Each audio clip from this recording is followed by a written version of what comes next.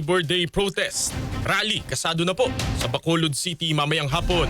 Kasama natin sa balita, Radyoman Albert Hiner ng RMN Bacolod.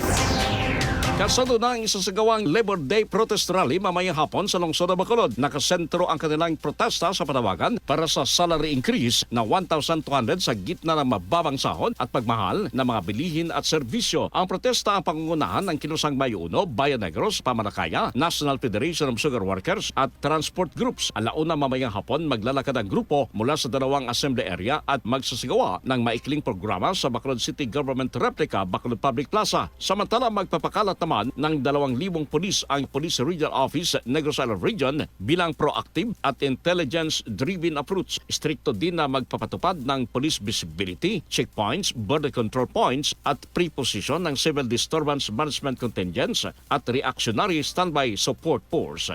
Kasama mo sa RMN DYHB Bacolod, Radyoman Albert Hiner. Tatak RMN.